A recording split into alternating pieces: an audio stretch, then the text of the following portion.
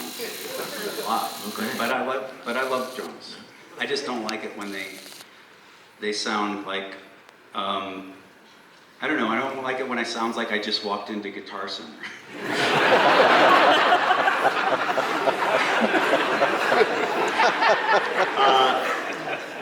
Nick Johnson sent in a question about something you've been public about, which is your addiction in the past and your sobriety. And asks, do you find that your past experience with drugs and alcohol influence your musical tastes to this day, if they did in the past, if they do now? And how do you connect, I'll just say it the way he says it, connect your contemporaneous music choices, I guess the ones today, to your past experiences?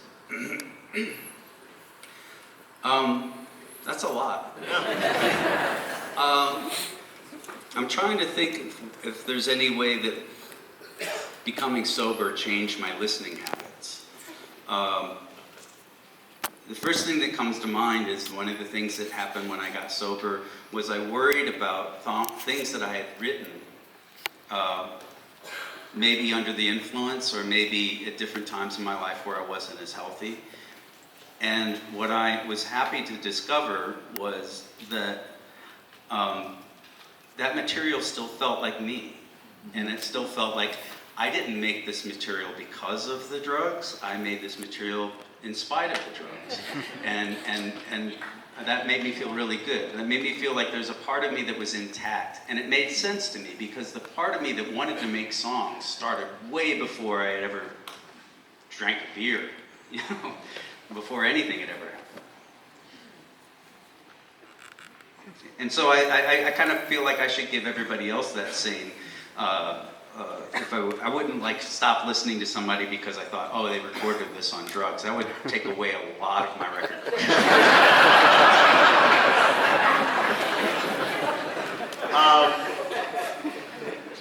Maureen, and I'm afraid I'm not even going to attempt the rest of your last name from your email. What song has evolved with you? One you liked or loved when you were young, but now like or love for different reasons? And because you mentioned one in the book, at least one, what song did you used to hate, but you've come to love? Oh, well, recently there was an article, and I wrote an op-ed that was kind of adapted from the book about ABBA. And one thing I want to make clear is I didn't just start liking ABBA last week. You're not like jumping on the ABBA bandwagon. No, that revelation came to me decades ago. Right. But I do think it's important to listen to music that you once thought you hated. Just like I think it's important to try Brussels sprouts every 7 years. I just think we change and things that come to you contemporaneously have a lot of baggage that they don't have when you decontextualize them and listen to them in a different time. That's a lot. Most of the music I love came to me not as like a new record. Right. So, yeah.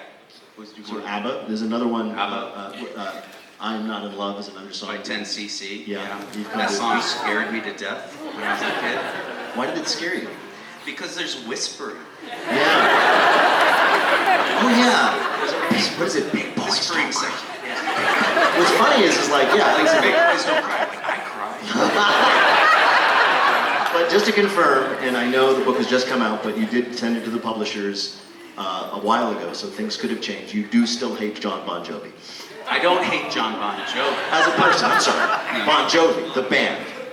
Check. He does a lot of great work. Yeah. Charitable work with his wife. Yeah. Lovely person. I've met him. Yeah. Didn't thank him though.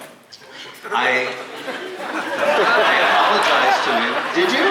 Yeah, because I was on a TV show in Canada one time, and they said, one of the questions was, Jon BonJovi says that Steve Jobs killed music. What do you think about that? And I said, I think Jon BonJovi killed music. Well, he set it up. It's a softball straight down the middle. What are you supposed to do? Did he know about that, or did you just tell him about it and then apologize?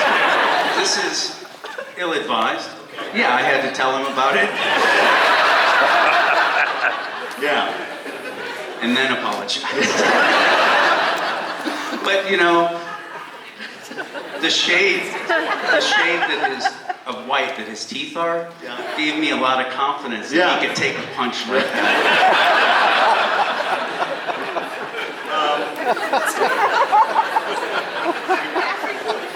And here's another good segue question to the final part of the evening. What song, let me get the person, William James Little is the email address. What song breaks your heart every time you sing it and or nearly brings you to tears? Well, it's the same thing. What song breaks your heart every time you sing it? Well, there are a lot of songs that break my heart. I don't know which ones do it every single time.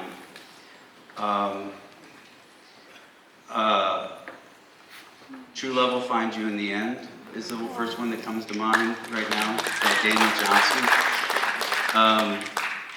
Of my own, it's really strange that on any given night, any of them, even Box Full of Letters, can make me cry. You know, it's like, I don't know why, it just feels,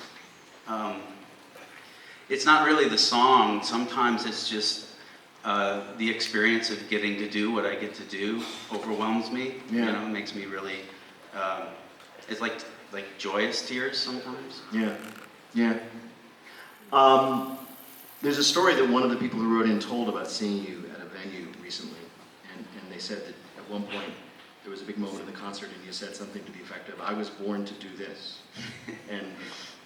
And I thought It was during the pandemic. Yeah, that was it. You did a pandemic concert at like an outdoor venue. Yeah, we socially played distanced. it was like a drive-in. It was a parking lot. Right. It was a parking lot. So people were in their cars.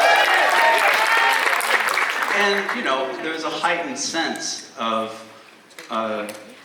how much we missed this, getting to be in a room and feel the sensation of being in a room with a bunch of other beating hearts. And you know, I was just feeling really appreciative of the fact that we figured out a way to do this, even distance from each other. It wasn't the same, but it made me, you know, kind of like what I said earlier. I'm being maybe overly earnest.